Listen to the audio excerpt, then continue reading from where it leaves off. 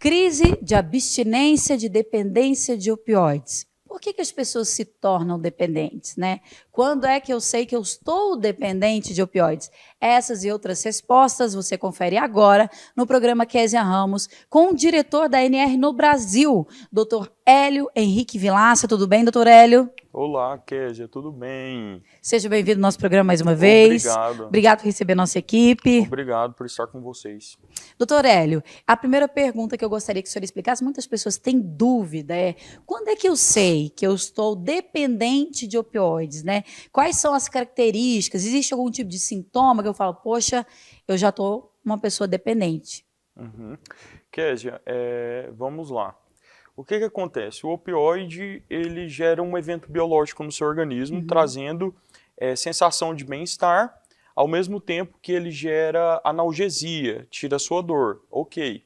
Até aí, tudo bem. O problema é quando a pessoa começa a fazer o uso indiscriminado e incorreto desse tipo de substância e aonde que o corpo se adapta a nível de receptores. Isso gera sintomas bem específicos, onde a pessoa vai ter alteração no seu dia a dia, na sua rotina.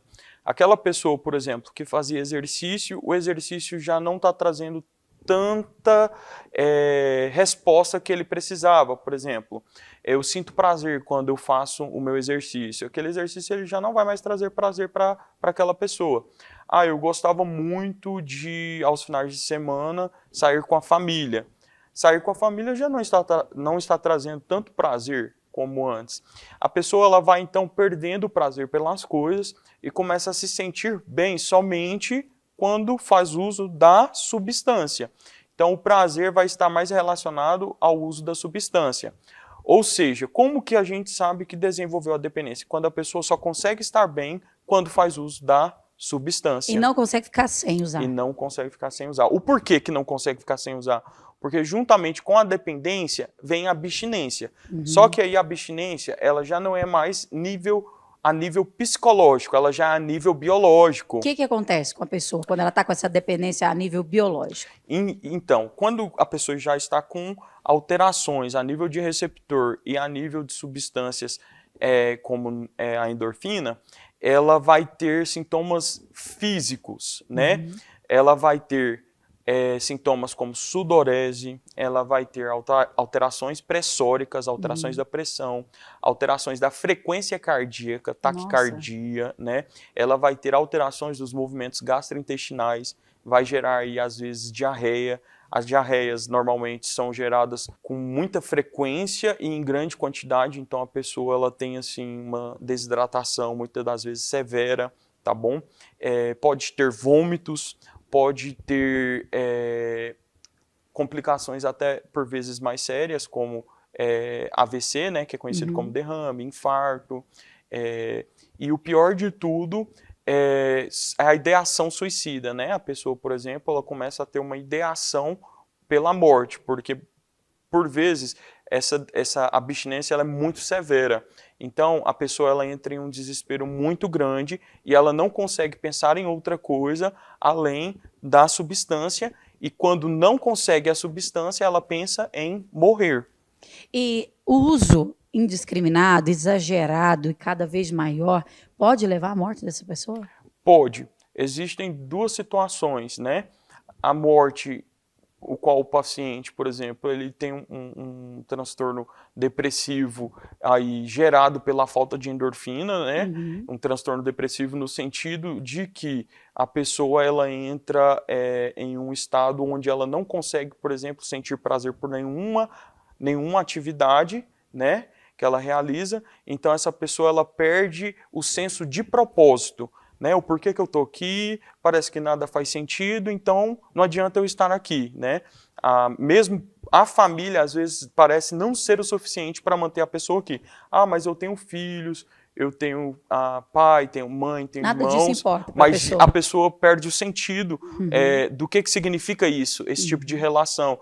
Então essa pessoa normalmente ela se isola, ela corta, por exemplo, seus relacionamentos pessoais com amigos, ela já não é mais vista em locais públicos, né, em festas de família, então ela tende a ficar mais sozinha, e isso faz com que ela pense em morrer. né? Ela pensa e gera uma ideação aí realmente de suicídio, né? E outra situação é quando a pessoa ela vai aumentando doses. Por que aumentando doses? Porque existe um evento chamado tolerância. Então esses receptores opioides no nosso organismo, eles não param de se multiplicar. Então é necessário doses cada vez maiores para sentir o mesmo efeito, o mesmo prazer, né? E uma dessas doses em que a pessoa vai aumentando pode ser uma dose letal. Por quê? Porque essas substâncias também podem influenciar no nosso centro respiratório, fazendo com que a pessoa pare de respirar.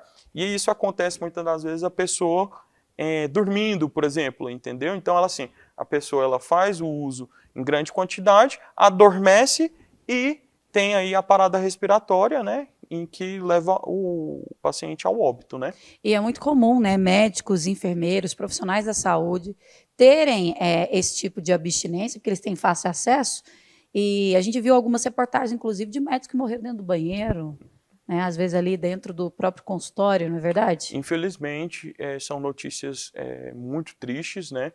Inclusive, nós temos aí notícias recentes, né?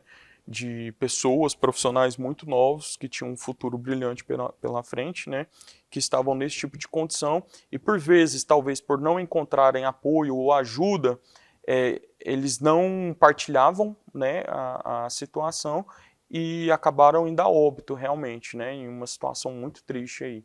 Bom, e a ANR está no Brasil, faz esse tratamento e graças a Deus, já mais de 20 mil pacientes foram tratados, é isso? 24, né? 24 mil pacientes no mundo todo já foram tratados. Já foram tratados e agora tem esse tratamento aqui no Brasil.